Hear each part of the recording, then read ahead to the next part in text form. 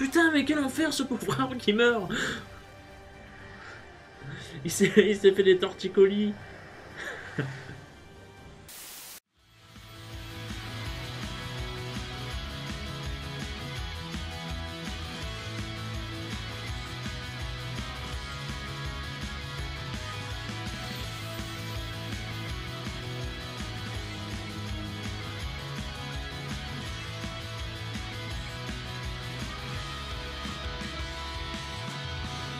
Into the plains! Et yo les gens, c'est Jo, on se retrouve pour la review de l'épisode 67 de Vrain. Cette semaine, un épisode dont la review va être assez courte puisqu'il n'y a quasiment rien à dire de l'épisode, puisque l'épisode était assez inutile, dans le sens où il était extrêmement vide, il ne s'est rien passé, il y a eu du stall pendant 20 minutes, c'était terriblement chiant, donc vous n'allez pas avoir beaucoup de réactions de ma part non plus, je vous préviens, mais c'est pas pour autant qu'on va rien dire, il y a quand même quelques petites choses à dire, et puis bon, je suis là aussi pour montrer mon avis sur les différents points de l'épisode. J'ai noté quelques points mine de rien, mais ça sera pas très long. Alors déjà oui, c'est un épisode qui est très vite, très creux, qui n'aura servi à rien littéralement, c'est à dire que le duel en lui-même n'a pas servi à rien, attention, mais l'épisode n'a servi à rien. Le duel au contraire était très cool. L'épisode là en revanche était clairement inutile, vraiment, c'est à dire que tu prends au pire les 2 dernières minutes de fin et c'est tout, tu vois, c'est pire qu'un épisode récap en soi, je trouve, hein. J'ai trouvé ça pire que les épisodes récap qu'on a déjà eu, pour vous dire à quel point c'était terrible, mais bon. Putain, il est infini, hein. Mais c'est bien, ça va avec sa mentalité, donc c'est cool. Globalement, c'est du stall pendant 20 minutes. Pour ceux qui ne seraient pas par le plus grand des hasards, du stall, c'est quand tu... comment on peut traduire ça en français? C'est quand tu... en gros, quand tu mets la garde pendant, dans le cas présent, pendant 20 minutes. C'est-à-dire que tu ne fais que retarder l'échéance, tu te protèges, tu stalls. C'est ce qu'on appelle du stall. Tu fais que, par exemple, si vous voulez, dans Pokémon, parce que peut-être que c'est un exemple qui va parler à beaucoup de gens, dans Pokémon, par exemple, quand vous êtes en mauvaise posture, vous ne pouvez pas vraiment gagner. Vous attendez, par exemple, que l'adversaire ait usé tous les PP de son attaque fétiche et vous vous guérissez à l'infini. Voilà, et bah ça, c'est du stall. C'est-à-dire que tu retardes l'échéance et tu fais juste perdre du temps en fait, et voilà, donc ça c'était littéralement du stall pendant 20 minutes dans le duel et c'était très chiant, même si en soi la thématique était cool, parce que comment dire, le stall avait du sens, dans le sens où c'était Ars qui protégeait le cœur le cœur de cristal là, qui représente du coup Aqua, donc ça fait littéralement Ars qui protège Aqua et tout, donc c'était bien en termes de storytelling, c'était pas mal pour du stall, franchement, il y a pire. Donc encore on pardonne, tu vois, mais n'empêche que bah du coup ça s'est ressenti dans l'épisode et c'était très chiant, mais voilà.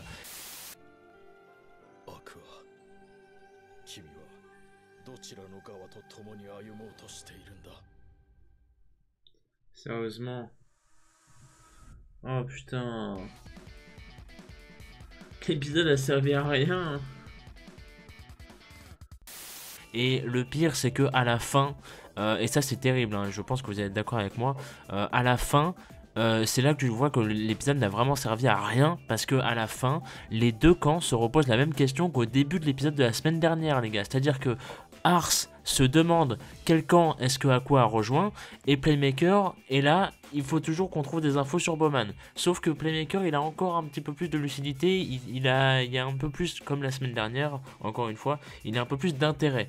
Et ça, on y reviendra tout à l'heure. Mais voilà, donc c'était vraiment terrible quand j'ai vu qu'à la fin de l'épisode, les mecs étaient là en mode on redonne les mêmes phrases qu'en début de semaine dernière. J'étais en mode, vous pouvez pas faire ça, c'est pas possible, c'est pire qu'un récap, les gars.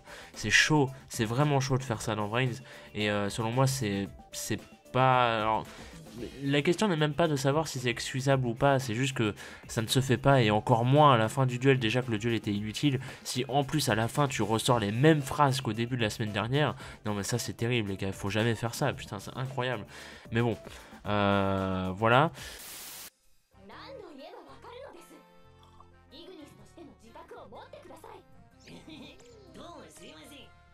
Ça c'est drôle.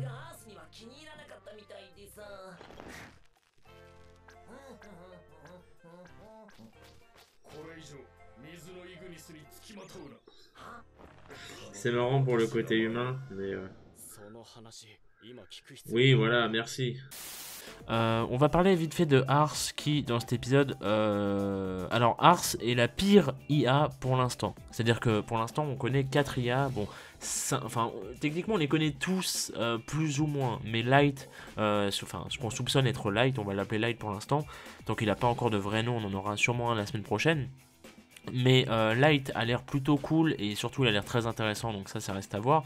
Mais Ars est pour moi le pire pour l'instant, en tout cas le moins bon, dans le sens où Ai déjà commence à devenir chiant, mais encore ça va, tu vois, il est plutôt cool. Flame est une IA que j'aime beaucoup. Windy pareil, je l'adore. Aqua, elle a l'air plutôt cool aussi. Aqua, elle a l'air très sympathique, notamment dans cet épisode. On voit, il y a juste un petit passage justement avec Ars, et c'est dans ce passage là où je me suis rendu compte que Aqua, elle, était lucide et que Ars, lui, était un gros con, parce qu'en fait, justement, Aqua dit que voilà, il y a un conflit au sein des Ignis et tout, qu'ils doivent choisir un camp en fait, parce qu'une guerre se prépare littéralement, et que et ce que j'ai pas aimé du tout, c'est que Ars, direct à ce moment-là, tu vois, il a même pas cherché à comprendre, il a dit vas-y, tu rejoins quel camp, je te suis. Tu vois, en mode gros suceur, et je déteste ça. Je déteste quand un mec va suivre une fille juste parce que voilà, il est amoureux d'elle ou quoi que ce soit, et vice versa. Ça peut être pareil, ça peut être une fille qui est sur un mec juste parce qu'elle est fou de lui ou un truc comme ça, tu vois. Et là c'était exactement le cas présent, tu vois. Alors c'est bien d'un côté parce qu'on nous montre que Ars, et c'est dit dans l'épisode, donc c'est bien, on nous montre que Ars a des sentiments vraiment humains, donc c'est très cool pour le côté les IA ont un libre arbitre. Ça pour le coup c'est très renforcé et c'est vraiment cool de la part des scénaristes. Mais là par contre, là c'est purement personnel, hein. C'est clairement moi qui n'aime pas ça, attention. Mais j'ai trouvé que c'était une très mauvaise idée. Et Aqua, elle, qui était lucide, parce que justement Ars lui dit vas-y, tu rejoins quel camp, je te suis et tout, slurp littéralement. Et donc Aqua qui lui dit en étant lucide, qui lui dit que justement elle ne lui dit pas son choix, elle ne lui dit pas quel camp elle a décidé de choisir, afin que lui-même puisse réfléchir au chemin qu'il souhaite emprunter, Ars. Et c'est très cool de la part d'Aqua, c'était très bien joué. C'était assez basique, assez classique, mais c'était cool parce que voilà. Et c'est là que tu te dis qu'Aqua a l'air d'être quand même un personnage assez réfléchi. Au début j'avais un peu peur que Aqua, quand on nous avait juste parlé vite fait des Ignis en fin de saison 1, je crois, j'avais peur qu'Aqua ce soit un peu le genre Tsundere, qui soit un peu là en mode, tu sais, une espèce de furie et tout, et je me disais elle va être chiante au possible. Et en fait finalement, plus ça va, plus je me dis Aqua, ça va, elle a l'air cool. Donc voilà. Light, on sait pas trop, à part que c'est sûrement le final boss de la saison. Donc voilà, on se dit que le machin va être très intéressant. Et à côté de ça, il y a Ars qui franchement n'a pas grand chose pour lui, à part le fait que c'est un suceur. Et que bah, au pire, tu vois, il a des sentiments humains. Ça, c'est une bonne chose. Mais c'est peut-être le seul bon point qu'il a. Et sinon, j'aime pas trop Ars pour le coup. C'est une IA qui m'a un peu déçu. Même si son rôle est bien rempli. Attention, son rôle est bien rempli, mais le caractère du perso, j'aime pas. Voilà, c'est deux choses complètement différentes qu'il faut mettre, qu'il faut bien comprendre. Et donc voilà. Et donc dernier point qu'on va aborder dans cette review, Yusaku du coup qui porte de l'intérêt au conflit des Ignis, comme je vous l'avais dit la semaine dernière, à savoir que là également cette semaine, comment dire, à la fin justement de l'épisode, il se dit ouais, je me sens un peu mal et tout pour le conflit entre les Ignis et tout, qu'est-ce qui se passe, etc. Tu vois, donc on sent, comme je vous le disais la semaine dernière, une espèce d'implication de la part de Yusaku, ce qui est très cool, ce qui est très très cool. Surtout que dans l'épisode, il y a aussi un moment où il accepte entre guillemets Ai comme étant enfin son partenaire, même si en tout cas, c'est clairement, en fait, j'ai pas aimé les arguments qu'il a utilisés, parce que c'est mon partenaire parce que on a des choses à faire, on peut les faire ensemble, on a des ennemis communs, alors on va le faire ensemble. Et voilà, du coup, on est potes, tu vois. C'était zéro, c'était vraiment nul à chier.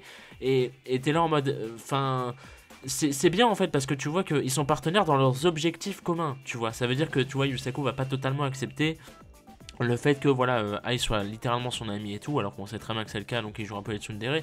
Mais voilà, tu vois. Mais le fait est que les arguments étaient très mal choisis, à mon sens. J'ai trouvé que c'était très mauvais, parce que c'était clairement là en mode j'ai pas d'argument, mais on va faire comme ça, voilà, ça fait un peu, j'ai des amis, et enfin, tu sais, c'était méga awkward, t'étais là en mode, mais t'as pas des vrais arguments, au lieu de juste te dire, alors on a des ennemis communs, et on peut les battre ensemble, alors on le fait, voilà, et donc on est partenaires un peu. Mais t'es là en mode, mais enfin ça n'a aucun, enfin ça a pas de sens en fait. Trouve quelque chose de plus concret littéralement. Mais bon après voilà, je chipote, mais voilà. Et sinon le retour du bon vieux Playmaker qu'on n'avait pas vu depuis un petit moment je crois. Hein. Le bon vieux Playmaker qui enchaîne les links. Ça fait longtemps je crois qu'on n'a pas eu ça. C'était peut-être le dernier, c'était peut-être face à Shepard. Il me semble qu'il était assez calme. Je crois. Hein. Face à Bowman également. Donc oui, je pense que bon, il y avait, on compte pas le truc contre les sbires de Go évidemment, mais je pense que le dernier du coup ça devait être contre comment il s'appelle, contre Revolver peut-être. Hein. C'était peut-être le dernier truc où on voyait Yusaku qui spammait des links, enfin qui spammait vraiment des links, tu vois.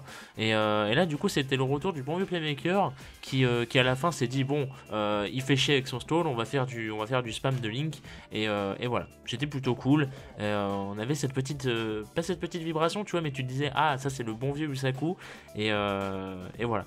Ça fait un petit plaisir et puis voilà, tout simplement ce que j'ai à dire sur l'épisode. こいつと共にいる理由は3つある。1つ、俺もこいつもやるべきことがある。そのために見つけ出さねばならない共通の敵がいる。Ça au pire. 3つ。だから俺たちは自らの意志で共にいる。 On va passer maintenant à la preview. Alors je tiens à vous dire que, en tout cas pour ce mois-ci, il n'y aura pas de vidéo spoiler. Et je pense pour les mois prochains non plus parce que, je vais être franc avec vous, j'ai plus envie de traiter les vidéos, j'ai plus envie de traiter les spoilers en vidéo. Parce que déjà je suis en train de réfléchir à est-ce que j'ai envie de subir les spoilers moi-même parce que en fait je me dis peut-être que les spoilers me gâchent un petit peu les trucs dans Vrains. Je sais pas parce que déjà que j'ai du mal à apprécier le show, si en plus je me gâche les surprises ça serait un petit peu chiant. Donc j'hésite vraiment, mais voilà, sachez qu'en tout cas pour une date indéterminée, en tout cas tant que j'ai pas de nouveau une bonne hype sur Vrains, il n'y aura pas de vidéo spoiler et ça peut peut-être durer jusqu'à la fin, on ne sait pas. Mais voilà, ne soyez pas étonnés. Donc la preview nous montre que le prochain épisode sera centré sur l'Église de la Lumière, qu'on va du coup renommer Light encore une fois, qui va, alors de ce que j'ai compris, qui va convoquer Ai, qui sera du coup accompagné de Playmaker apparemment en secret. Dans la preview, ça semble être dit, genre Ai va à la réunion et Playmaker en backup, tu vois, en secret derrière, histoire d'écouter. Il y aura également Windy qui apparemment va faire un espèce de petit tilt turn qu'on apprécie. Alors Windy qui était pas vraiment face de base, hein. C'était pas un perso vraiment gentil non plus, on va pas se mentir, mais il était pas totalement heal non plus, tu vois, il était un peu twinner, c'est comme ça qu'on dit, je rappelle, face gentil, heal méchant, et entre les deux tu es twinner, c'est à dire que tu peux aider des deux côtés tout simplement. Et donc Windy qui est un peu twinner et qui là semble vraiment s'associer pas à Windy justement mais à Light pardon, qui du coup fait un U-turn et ça risque d'être très intéressant parce que vous savez que Windy je l'ai adoré, que en plus Light a l'air très intéressant, va y avoir beaucoup de révélations, ça a l'air d'être un épisode vraiment chargé en story pour une fois et ça va faire beaucoup de bien. Parce que je vous rappelle que le dernier épisode qui a été chargé vraiment en full histoire de vrai, c'était je crois le 43 ou 2, un truc comme ça. Donc voilà. Ouais, je crois que c'était le 42 hein, ou le 43, enfin je sais plus, je l'avais fait avec Flav et c'était un très bon épisode. Donc on voit que vraiment quand ils veulent mettre de la full story, ils y arrivent et ça risque d'être du bon. Donc voilà, la semaine prochaine on attend du bon. Et voilà, donc dites-moi vos attentes sur la semaine prochaine et bien évidemment vos avis sur cet épisode. Est-ce que vous aussi vous l'avez trouvé vite peut-être, ou est-ce que au contraire vous l'avez vous avez souligné peut-être plus de points que moi je n'en ai pas parlé, peut-être que je suis passé à côté, peut-être que n'ai-je pas été lucide, peut-être avez-vous repéré des points dont vous aimeriez qu'on parle dans les commentaires. N'hésitez pas, évidemment, faites-vous plaisir et voilà. On se retrouve mercredi pour la vidéo d'ouverture des Teen Box. Et oui, elle arrive. Et puis en attendant, voilà, la semaine prochaine, les fameuses reviews encore une fois. Et en attendant, des bisous.